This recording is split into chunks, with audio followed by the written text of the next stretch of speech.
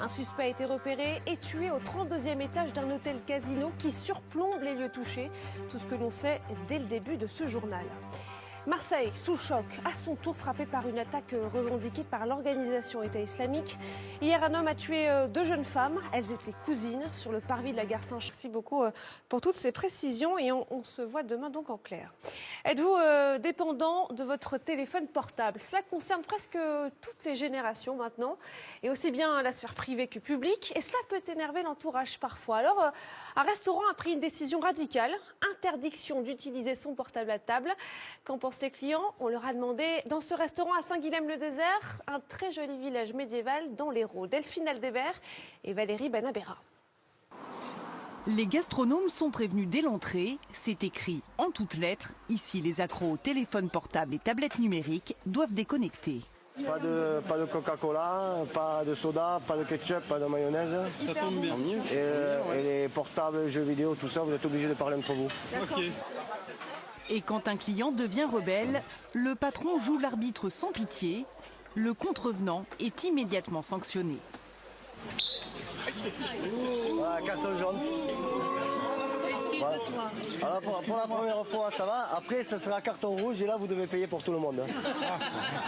Je le rage. Vous voulez son numéro de téléphone? Je le rage. On est 3 à table et c'est mieux quand même de discuter entre nous que de téléphoner, c'est vrai. Voilà. Mais on est un peu comme les enfants, on ne peut pas résister. L'humour et la mise en scène pour bien marquer les esprits, voici la méthode choisie par ce restaurateur. Mais s'il sort le carton rouge, le client payera le prix fort, non pas l'addition, mais l'exclusion. C'est arrivé 6 fois cette saison. Moi, je dis le client est roi quand il se comporte bien, déjà, quand il a un minimum d'éducation. Et s'il se comporte mal, il ne faut pas oublier que la royauté, ça fait plus de 200 ans qu'elle n'existe pas et qu'on a coupé la tête au roi.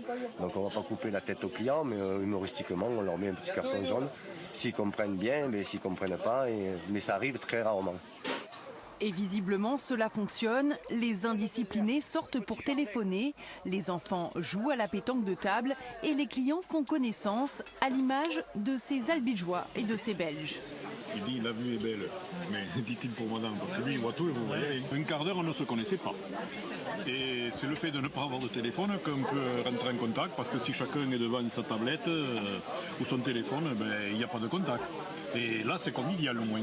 Je trouve ça désagréable de voir les gens qui sont sur leur tablette, de ne pas apprécier ce qu'ils mangent, de ne pas pouvoir discuter avec les autres. C'est vraiment un bon concept.